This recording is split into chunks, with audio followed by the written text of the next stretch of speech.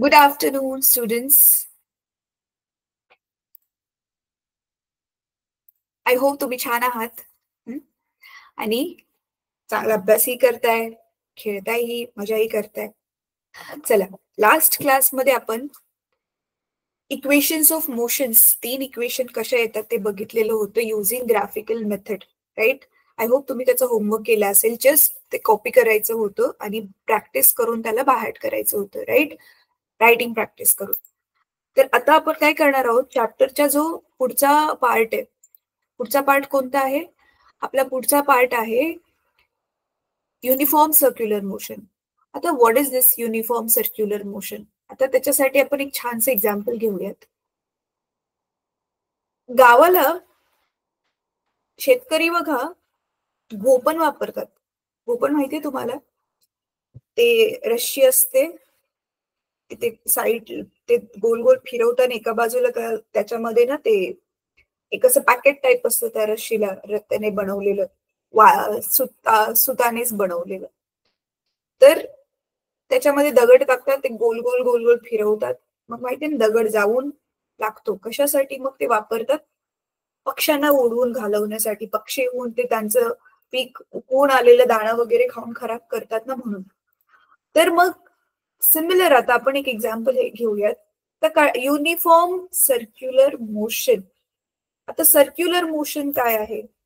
Circular motion तुम्हाला already माहिती आहे की एक ऑब्जेक्ट आहे, एक वस्तू आहे, ती गोल सर्क्युलर पाथ मध्ये फिरते, राईट? इझी, त्याला म्हणतात सर्क्युलर मोशन. आणि युनिफॉर्म मोशन आणि सर्क्युलर मोशन ह्या दोघांना कंबाईन करून शब्द बनला युनिफॉर्म सर्क्युलर मोशन. तर आता युनिफॉर्म मोशन काय आहे तुम्हाला ऑलरेडी माहिती आहे. when equal distance is traveled in equal intervals of time. मग आता आपण ह्या दोघांना जर कंबाईन केलं तर मग आपल्याला काय भेटेल? सर्क्युलर पाथ मध्ये ऑब्जेक्ट इक्वल डिस्टन्स ट्रॅव्हल करते equal number of time intervals, right? बघा, तर आता मी तुम्हाला स्क्रीन शेअर करून आधी बघूया तुमचं. एक मिनिट.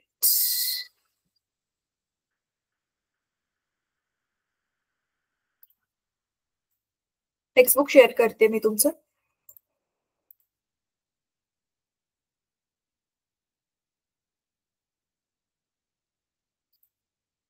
हा बघा, हे दिसतंय तुम्हाला?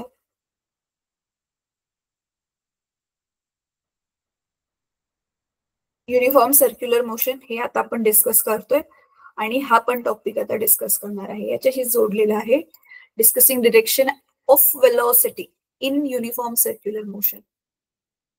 ठीक आहे, तर चला आता पटकन ह्याला समजून घेऊया. हा टॉपिक खूप इंटरेस्टिंग आहे आणि महत्वाचा पण आहे.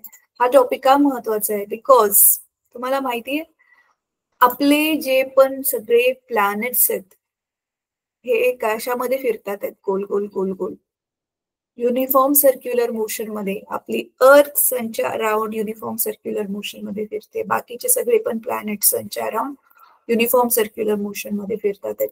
So that's why this topic is very important. म्हणजे आपल्या आसपास ऑलरेडी काय चाललेलं आहे तेच आपण छानपैकी समजून घेणार आहे.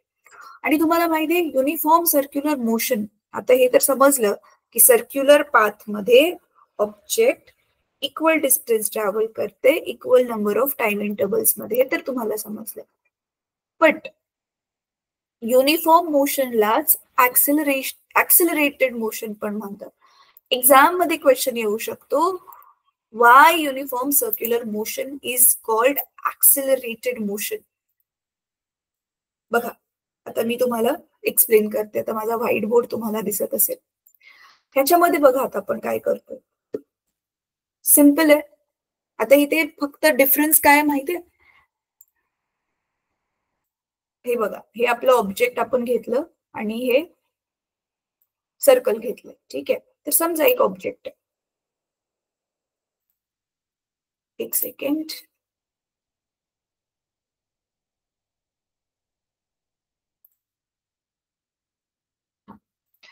तर एक ऑब्जेक्ट आहे आपल्याकडे.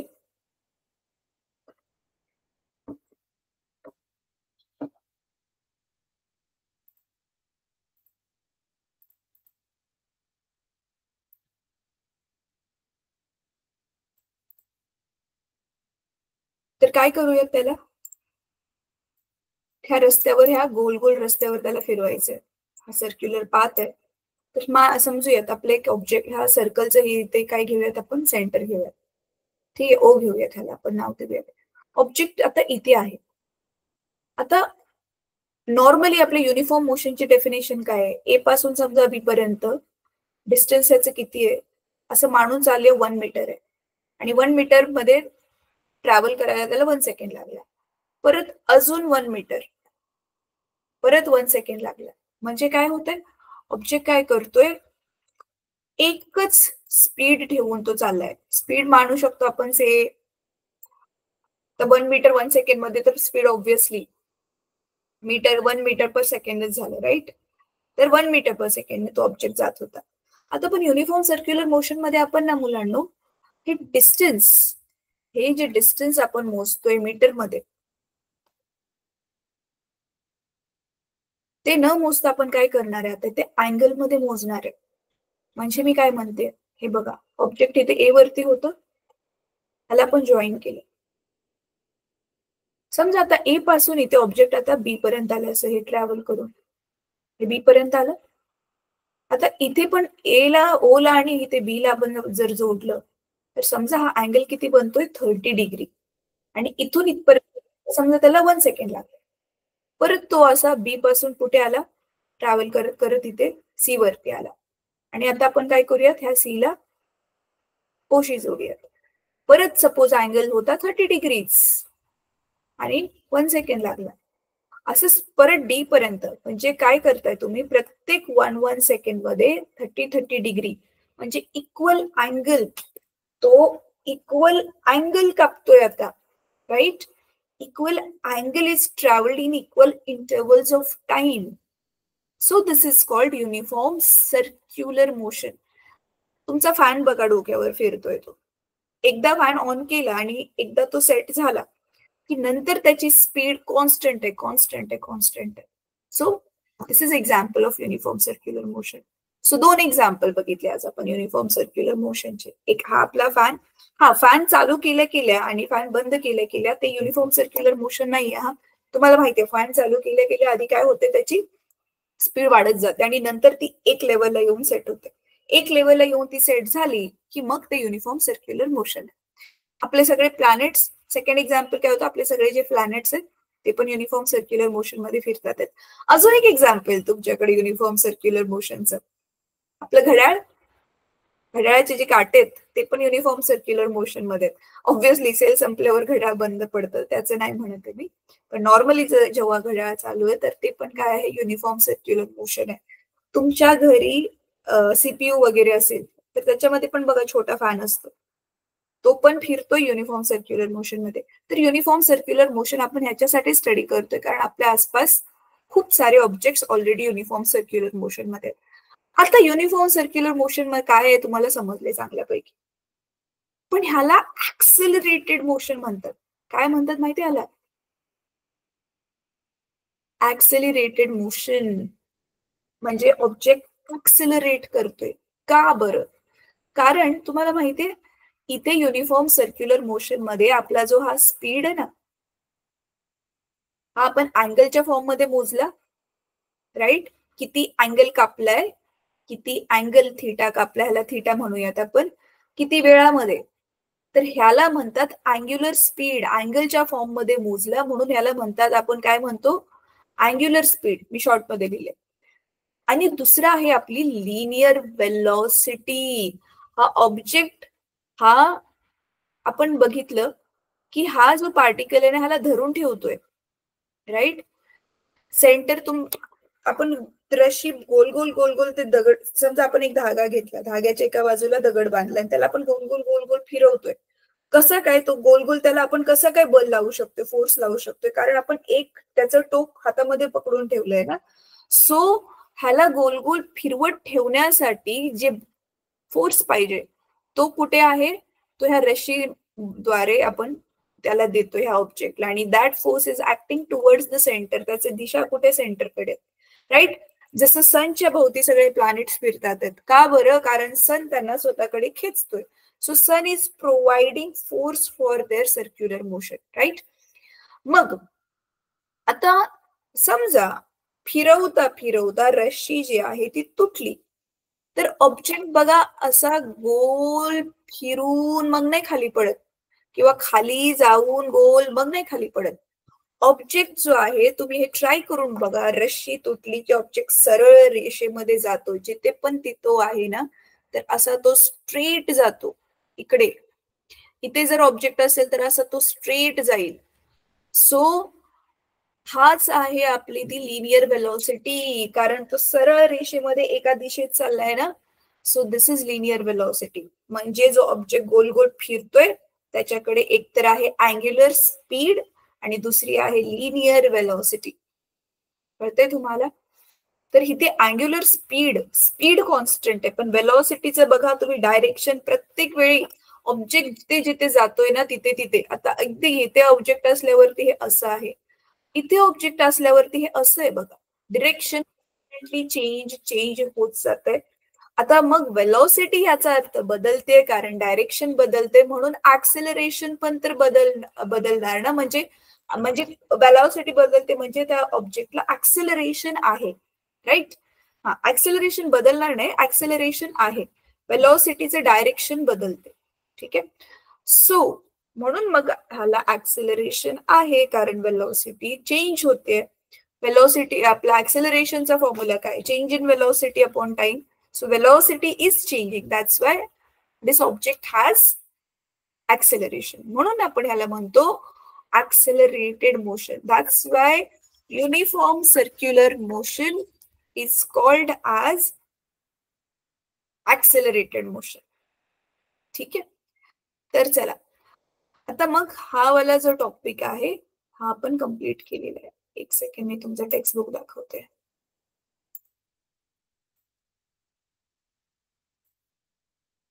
सो हे हा वाला टॉपिक आपण कंप्लीट केलेला आहे. आता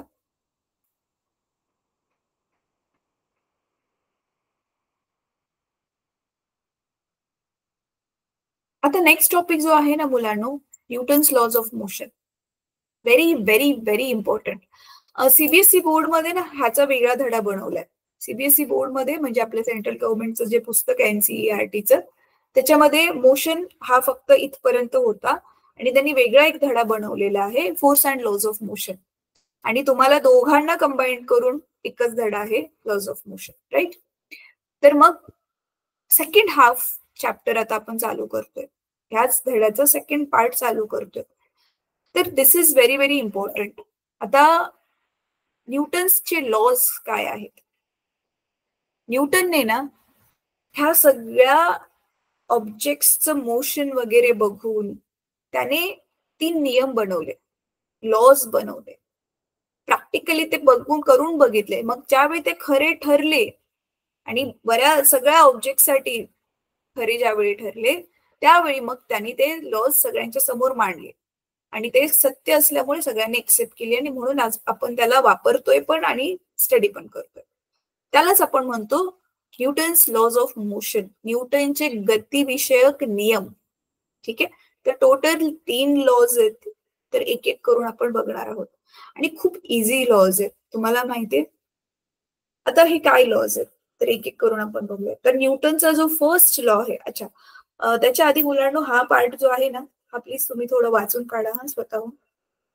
आता ह्याच्यामध्ये जो आहे ना वर्ड इनर्शिया, हा इनर्शिया बद्दल आज आपण बोलणार आहोत. ही इनर्शिया माहितीये खूप इंटरेस्टिंग कन्सेप्ट आहे, ही आपण प्रत्येक वेळी अनुभवतोय, खूप वेळा अनुभवलेली ही आहे ना. What is this inertia? इनर्शियाचं मराठी ट्रान्सलेशन तुमच्या मराठीच्या पुस्तकामध्ये ना म्हणजे मराठी मीडियमच्या पुस्तकामध्ये खूप छान दिलेलं आहे. जडत्व. जडत्व म्हणजे काय? जाडपणा. आणि जाड वस्तू जाड कधी असते? ज्यावेळी तिचं वस्तुमान जास्त असतं, म्हणजे वजन जास्त होतं आणि त्यावेळी वस्तू जड असते. तर जडत्व म्हणजे काय माहितीये शॉर्ट मध्ये? Means what is inertia. तुमच्या क्लासमध्ये काही स्टुडंट्स असे असतील की तुमच्या क्लासमध्ये काही स्टुडंट्स असे असतील की ज्यांना ना किती पण सांगा त्यांना चेंज नाही व्हायचंय, जरी ते चुकीचे असले तरी सुद्धा. मग त्यांची ही जी टेंडन्सी आहे ना, टेंडन्सी म्हणजे असं हा आतून त्यांना वाटत नाही ना की बदलावं, त्यांचा हा स्वभाव आहे ना, नाही बाबा जग इकडच्या तिकडचं झालं तरी आम्ही पण तसेच राहणार. तर चेंज होण्यासाठी ती लोक काय करतात, विरोध करतात, अपोजिशन करतात, right.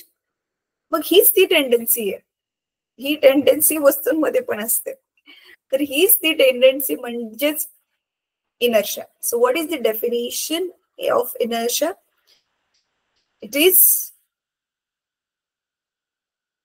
a tendency of an object to oppose in its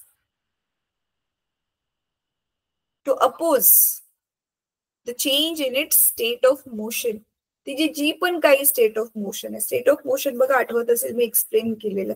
state of rest असते म्हणजे ऑब्जेक्ट थांबलेलं आहे, किंवा स्टेट मोशनचीच असते, object is in motion, right. तर वस्तू थांबलेली असेल किंवा चालू असेल, दोन्ही केसेसमध्ये वस्तूला तिचा तो जो स्टेट आहे त्याला चेंज नाही करायचं. म्हणजे आता मी काय म्हणते बघा, नीट समजून घ्या. एक्झाम्पल घेऊन आपण समजून घेऊया.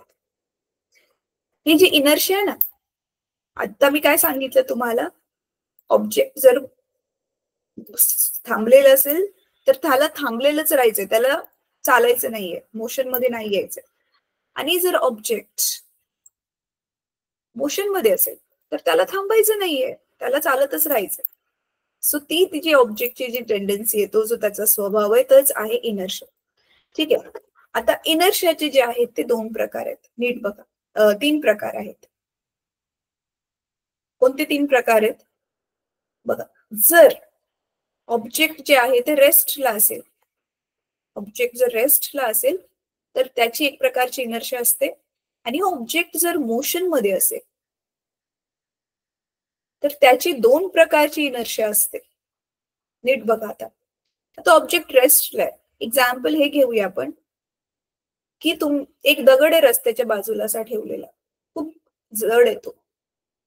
त्याला तुम्ही ना खूप बल लावताय, फोर्स अप्लाय करताय, पण तो काय हालतच नाहीये. का नाही हालत आहे? Because it is heavy, right. कारण त्याचं खूप जास्त मास आहे. मग रेस्ट मध्ये आहे ना तो, तर रेस्ट मधून त्याला मोशन मध्ये नाही यायचंय. म्हणजे काय करायचंय, त्याला हलायचं नाहीये, राईट. त्याला मोशन मध्ये नाही यायचंय. मग हीच आहे इनर्शिया ऑफ रेस्ट. ह्याला काय म्हणतात? Inertia of rest.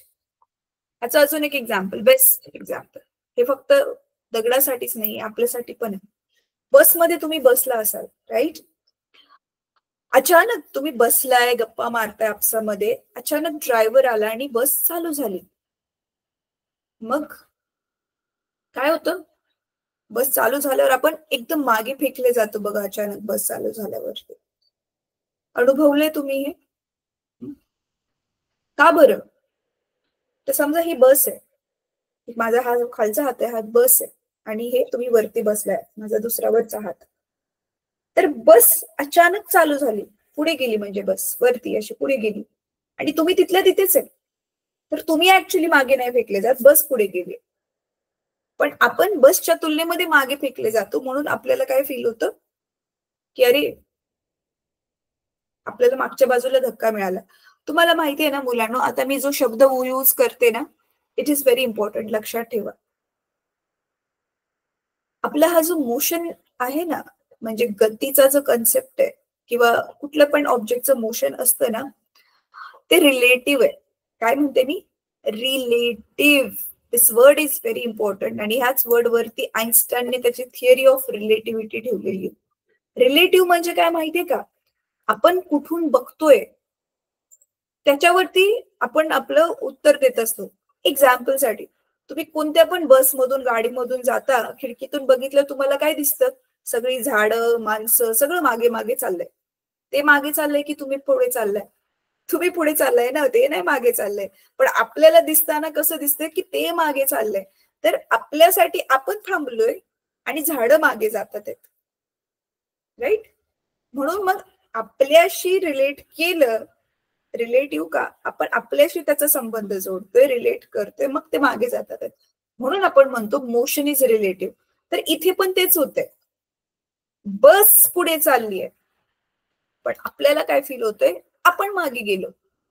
So this is inertia of rest.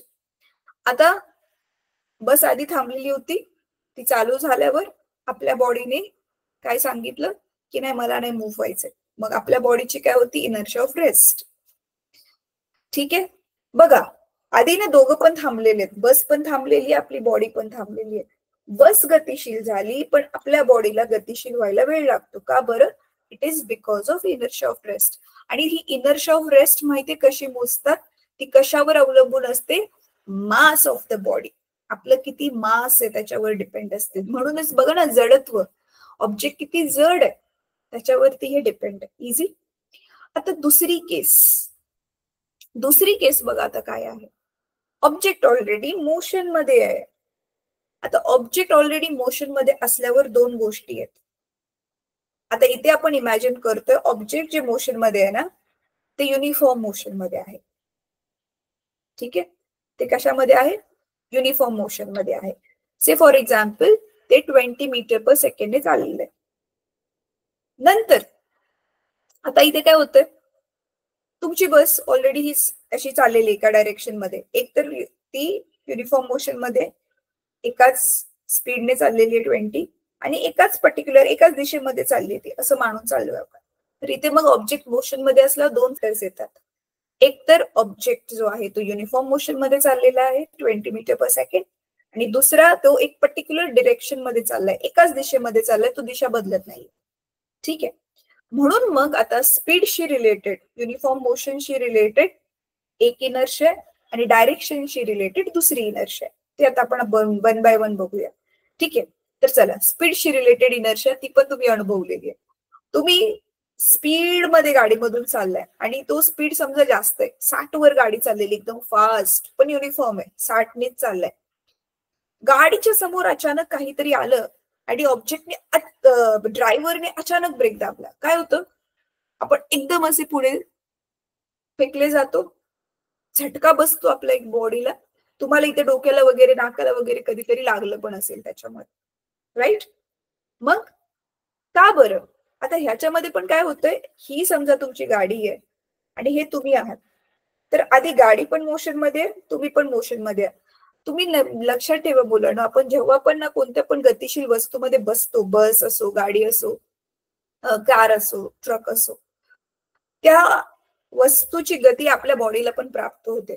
म्हणून बघा कधी कधी ना 6-7 तास आपण ट्रॅव्हलिंग केल्यावरती बसमधून उतरल्यावर पण आपल्याला असं गोल फिरल्यासारखं होतं, जर बस खूप जास्त ती वळणाने गेलेली बस असेल. मी स्पेशली ज्यावेळी गावी जाते ना, तर बसच हा एकच ऑप्शन आहे. तर बसने ज्यावेळी जाते तर ऑब्व्हियसली ती रात्रभर खूप फिरत फिरत फिरत ती गाडी जाते, त्याच्यामुळे मग व्यवस्थित झोप पण नाही होत, आणि उठलं ना गाडीतून असं वाटतं की तरी पण गाडीमध्येच बसलो अशी फिलिंग येते, गोल गोल गोल गोल फिरल्यासारखं वाटतं. का बरं? कारण त्या बसची गती आपल्या बॉडीला प्राप्त झालेली असते. फक्त रात्रभर ती गाडी मोशन मध्ये नसते, आपली बॉडी पण मोशन मध्ये असते बस बरोबर. मग आता हीच गती आपल्या बॉडीला प्राप्त झाली, तर तुम्ही गाडीमध्ये बसलाय, तर आता तुम्ही चाललाय दोघं पण, अचानक गाडीच्या समोर काहीतरी आलं, बस थांबली, पण तुमची बॉडी थांबलेली नाहीये, मग ती बॉडी पुढे जाते, म्हणून आपण पुढे फेकले जातो. कळतंय? तर आपल्याला पुढे का झटका बसतो, कारण बस थांबली पण बॉडी नाही थांबली, म्हणून आपण पुढे गेलो.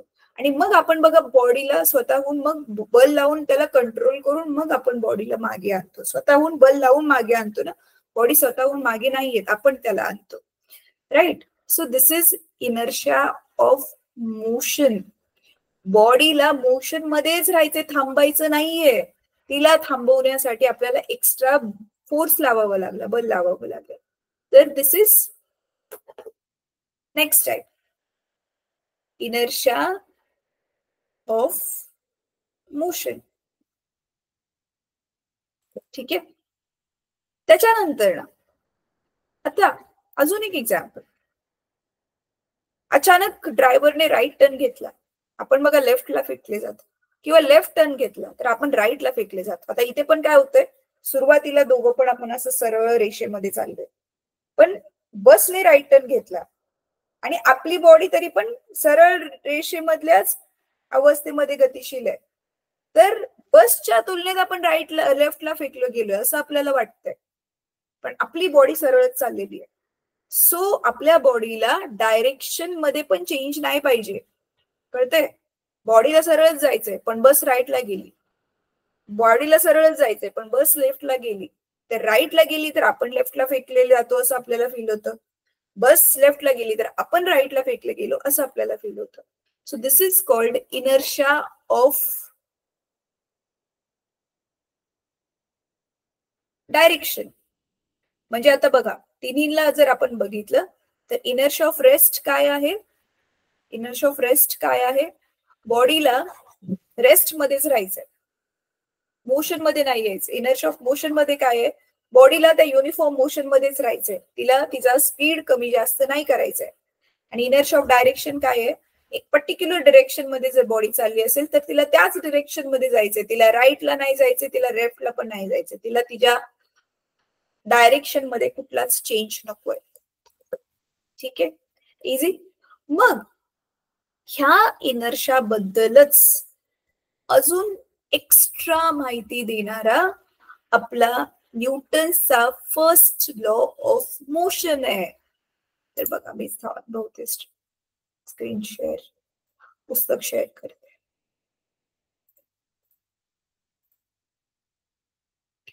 बघा दिसतंय Newton's first law of motion. हे स्टेटमेंट मुलांना तुम्हाला जसंच्या तसं लिहून काढायचंय आणि पाठ करायचंय. ठीक आहे.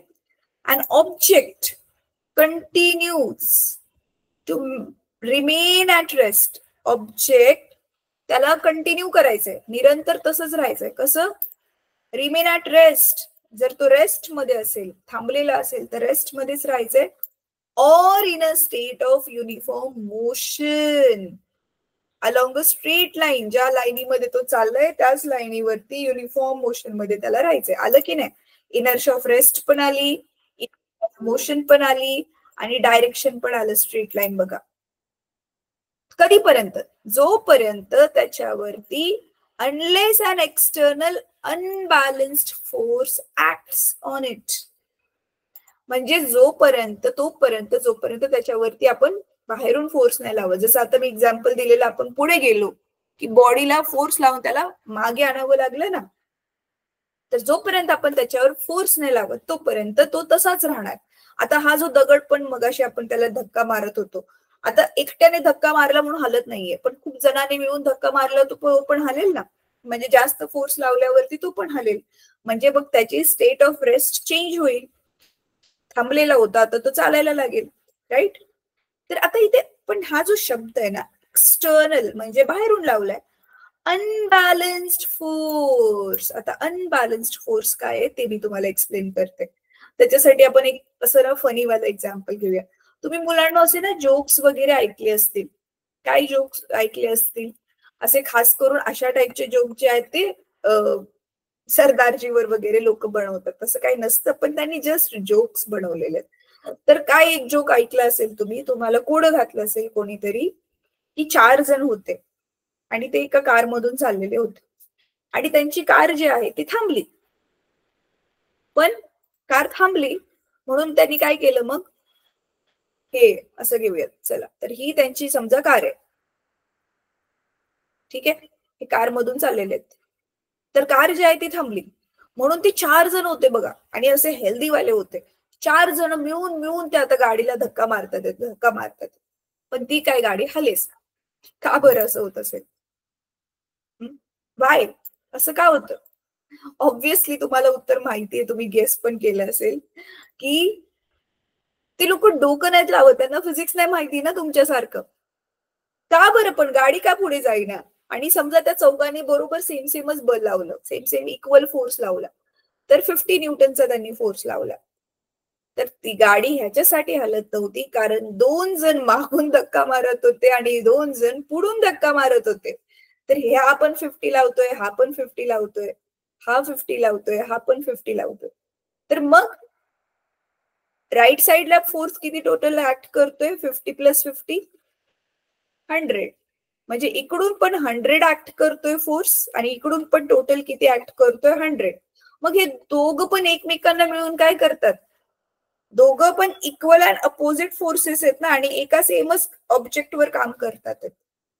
तर मग ते दोघं पण एकमेकांना कॅन्सल करतात. कारण काय होतं, 100 मधून 100 जातो आणि ऍक्च्युअल मध्ये 0 न्यूटन फोर्स काम करतोय गाडीवर. मग गाडी कशी पुढे जाणार ना? ऑब्व्हियसली नाही जाणार. मग किती जरी फोर्सेस असले एकाच ऑब्जेक्टवर काम करणारे, पण त्यांचं सगळं जर टोटल काढली आणि ती टोटल जर 0 येत असेल, इथे जशी आलेली आहे, ही जर 0 येत असेल, तर आपण बोलतो की हे सगळे जे आहेत ते बॅलन्स्ड फोर्सेस आहेत. सिंपल ना रे. एकमेकांना काय केलं त्यांनी? बॅलन्स केलं. ते पार्क मध्ये, गार्डन मध्ये बघा, ते वजन काटा तुम्ही बसण्याचा असतो बघा, आपण त्याने खेळतो एकमेकांबरोबर. तर दोन्ही बाजूंना आपण बॅलन्स केलं तर ते थांबतं की नाही मधून एकाच ह्याच्यावरती, लाईनीवरती आपण त्याला थांबवतो ना असंच हवेमध्ये.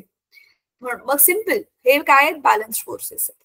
पण आता आपल्याला जर इथे जर आपला तो मगाशी होता तोच जर दगड घेतला आणि ह्याला जर आपल्याला हलवायचं असेल, तर आपण काय करणार? एकाच डिरेक्शन मध्ये 2-3 जण त्याला धक्का मारणार. म्हणजे इथे काय होतंय, इकडच्या बाजूने काही फोर्सच नाही आणि इकडून खूप सारे फोर्सेस आहेत. म्हणून ह्याच्यावरती नेट फोर्स एक काहीतरी काम करेल. समजा हे 50-50-50 आहे, तर टोटल ह्याच्यावरती 150 न्यूटन फोर्स काम करेल. आणि तो 150 न्यूटन म्हणजे 3 लोकांनी लावलेला जरी फोर्स त्याच्यासाठी पुरेसा असेल, तर काय होईल? हा दगड ह्या दिशेमध्ये मूव्ह होईल.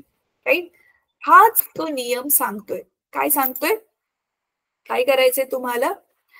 ऑब्जेक्ट जे आहे ते स्ट्रेट लाईन मध्ये चाललंय, unless and external straight line मध्ये असेल किंवा रेस्ट मध्ये असेल, ते तसंच राहील जोपर्यंत त्याच्यावरती एक्सटर्नल अनबॅलन्स्ड फोर्स काम करणार नाही. राईट? आय होप तुम्हाला आता हे पूर्ण स्टेटमेंट समजलं. इझी आहे. आता बघा मुलांनो, आपला जो सन आहे, आपला जो हा सन आहे, सनच्या सराउंडिंग मध्ये खूप सारे प्लॅनेट्स गोल गोल गोल गोल फिरतात, इन्क्लुडिंग आवर अर्थ. तुम्हाला माहिती आहे, हे पण काय आहेत? युनिफॉर्म मोशन मध्ये चाललेले आहेत. आत्ताच जस्ट आपण एक्सप्लेन केलं ते, राईट? मगाशी बघितलं. तर हे युनिफॉर्म मोशन मध्ये आहेत आणि हे असेच युनिफॉर्म मोशन मध्ये कितीतरी हजारो वर्षांपासून फिरत फिरत फिरत चाललेले, तुम्हाला माहितीये. कधी असं झालंय की अर्थला एक राऊंड कंप्लीट करायला ह्या वर्षी 365 डेज लागले, पण नेक्स्ट टाइम जे आहे ते 340 डेज लागले. खूप वर्षांआधी 370 दिवस लागले, 370 डेज लागले. असं कधी झालंय? नाही ना. 365 लागतात जेवढं टायमिंग आहे तो. कारण का? अर्थ एकच स्पीड मेंटेन करून चाललेली आहे. कधीपर्यंत अर्थ पण अशी चालत राहणार एकच सेम स्पीड?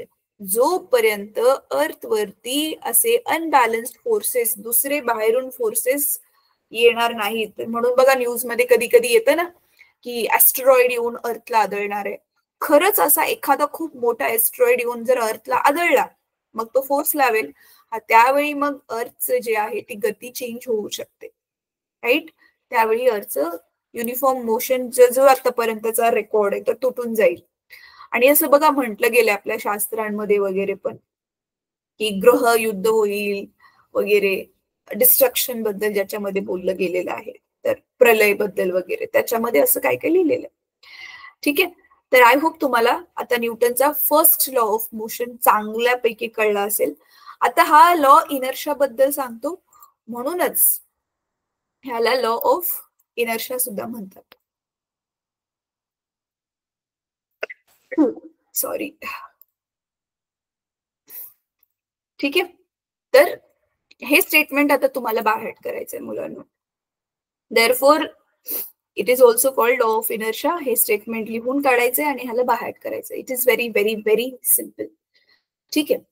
आता आपण न्यूटनचा फर्स्ट लॉ बघितला, तर सेकंड लॉ कडे जाऊया. हा थांबा, फर्स्ट लॉचे आपण काही डे टू डे लाईफ मधले एक्झाम्पल्स डिस्कस करूयात. 1 बाय 1 आपण त्याला थोडंसं लिहूयात. ठीक आहे? आता इथे फर्स्ट एक्झाम्पल मी काय सांगितलं तुम्हाला? बसचं एक्झाम्पल सांगितलं मी. राईट. सेकंड काय सांगितलं तुम्हाला, कशाचं एक्झाम्पल सांगितलं, आपल्या प्लॅनेटचं एक्झाम्पल सांगितलं, करेक्ट आहे. आता तिसरे एक्झाम्पल बघा. ही एक्झाम्पल्स ना तुमच्या बुक्स मध्ये काही असतील, काही नसतील, काही एक्स्ट्रा पण देते. समजा नीट बघा हा, आता हे आपलं असं एक झाड आहे, झाडावर तुमच्यापैकी बरेच जण चढले असतील, राईट.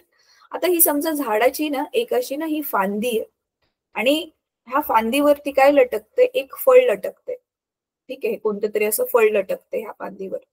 तर तुम्ही इथे झाडाच्या फांदीवर बसून झाडाला हलवलं, फांदीला हलवलं, तर ना काय होते माहितीये, फळ तुटून खाली पडतं. आता फळ तुटून खाली का पडतंय, ऑब्व्हियसली ते ग्रॅव्हिटेशनमुळे, म्हणजे आपल्या अर्थच्या ग्रॅव्हिटेशनल फोर्समुळे, राईट, गुरुत्वाकर्षणामुळे. समजा जर गुरुत्वाकर्षण नसतं तर ते फळ ना इथून फांदीपासून जरी तुटलं असतं तरी ते हवेतच लटकतच राहिलं असतं, राईट. आता तुम्हाला माहितीये पण ऍक्च्युअल मध्ये ते फळ तुटतंयच का मुळातून, मुळापासून ऍक्च्युअल मध्ये ते का तुटतंय, होतंय काय ना, नीट बघा. आता ही फांदी आहे आणि हे छोटस त्याचा देठ आहे, आणि हे इथे जे फळ ते अटॅचचे आहे ना, तर ज्यावेळी तुम्ही ही फांदी हलवताय, ही फांदीला असं राईट लेफ्ट हलवताय, तर त्यावेळी काय होते, फळाला हलायचं नाहीये, फळाला त्याच्या तिथेच राहायचंय. का बरं, it is because of inertia of rest. मग होतं काय ना, त्याला तिथेच राहायचंय, पण ही जी बाजू आहे ती लाईट लेफ्ट हलतीये, मग त्याचा जोर त्याच्या ह्या स्टेम वरती येतो, त्याच्या स्टेमला पण तिथेच राहायचंय, मग पण फांदी हलत चालली, त्याच्यामुळे मग ती स्टेम त्याची जी असते, त्याचा जो देठ असतो तो कमकुवत असतो, मग त्या खेचाखेचीमध्ये तो तिथून तुटला जातो आणि फळ खाली पडतं. This is called inertia of rest. अजून एक दुसरं एक्झाम्पल, नेक्स्ट एक्झाम्पल काय आहे, नेक्स्ट एक्झाम्पल मध्ये बघा. समजा तुमच्या घरामध्ये एक कार्पेट, कार्पेट घ्या, गादी घ्या, बेडशीट्स घ्या, काही पण ज्याच्यावरती धूळ आपलं नॉर्मल पायदान आहे, तर आपण काय करतो त्याला ना, खास करून जर गादी असेल ना, त्याच्यावरती असं ते स्टिक घेतो आपण एक, राईट, एक लाकूड घेतो, लाकडाचा रॉड घेतो आणि त्याच्यावरती झटकतो. ते ज्यावेळी आपण त्याच्यावर मारतो ना, ते सगळे धुळेचे कण वर आलेले आपल्याला दिसतात. आता ते कण का वरती येतात, आपण हा पण आता खूप इंटरेस्टिंग कन्सेप्ट आहे मुलांना. आता बघा, समजा हे छोटे छोटे ना धुळेचे कण आहेत, आणि ज्यावेळी आपण असे ह्याला रॉडने मारलं ह्याच्यावर, तर हा जो गादीचा हा मारलेला जो पार्ट आहे तो असा खाली जाईल, राईट. पण हे जे धुळेचे कण आहेत त्यांना इनर्शिया ऑफ रेस्ट मुळे तिथल्या तिथेच राहायचंय, आणि मग ते तिथेच राहतात आणि गादी खाली जाते, तर ऍक्च्युली धूळ वर नाही येते, गादी खाली जाते, आणि मग ते थोडेसे जे धुळीचे कण वरती आलेत, आता हवा पण वाहते, मग हवेमुळे ते उडून जातात, right. So this is also one example ज्याच्यामध्ये आपण ही इनर्शिया ऑफ रेस्ट बघू शकतो. तर हे सगळे जे आता मी एक्झाम्पल्स जे सांगितलेले आहेत ते न्यूटन्स कशाचे आहेत, फर्स्ट लॉ ऑफ मोशनचे हे सगळे आहेत. तर आता तुम्हाला मी होमवर्क काय देते मुलांनो, नीट बघा. काय करायचंय तुम्हाला, मी लिहून देते.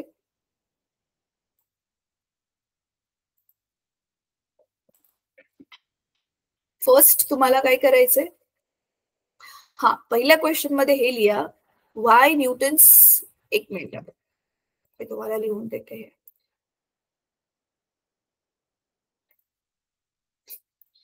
नोट करा, मी डिक्टेट करते, नोट करा, स्क्रीनवर पण दाखवते, जस्ट मला 1 मिनिटाचा वेळ द्या. Why uniform circular motion is called accelerated motion. ठीक आहे, हा पहिला प्रश्न आहे तुमचा.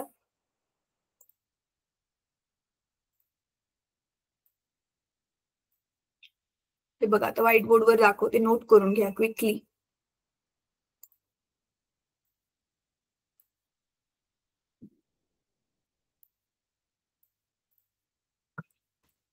ठीक आहे, तर why uniform circular motion is called accelerated motion, हा पहिला आहे.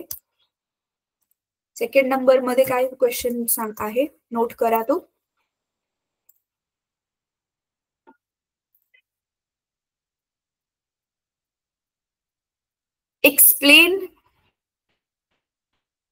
explain about inertia of rest. inertia of motion and inertia of direction.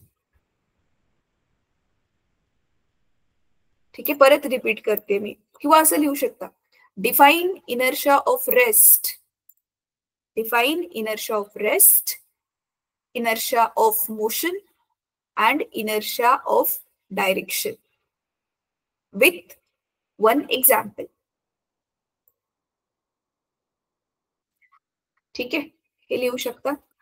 एक काम करा, एक्झाम्पल पण लिहिले ना आपण, डिफाईनच्या ऐवजी इथे एक्सप्लेन करा.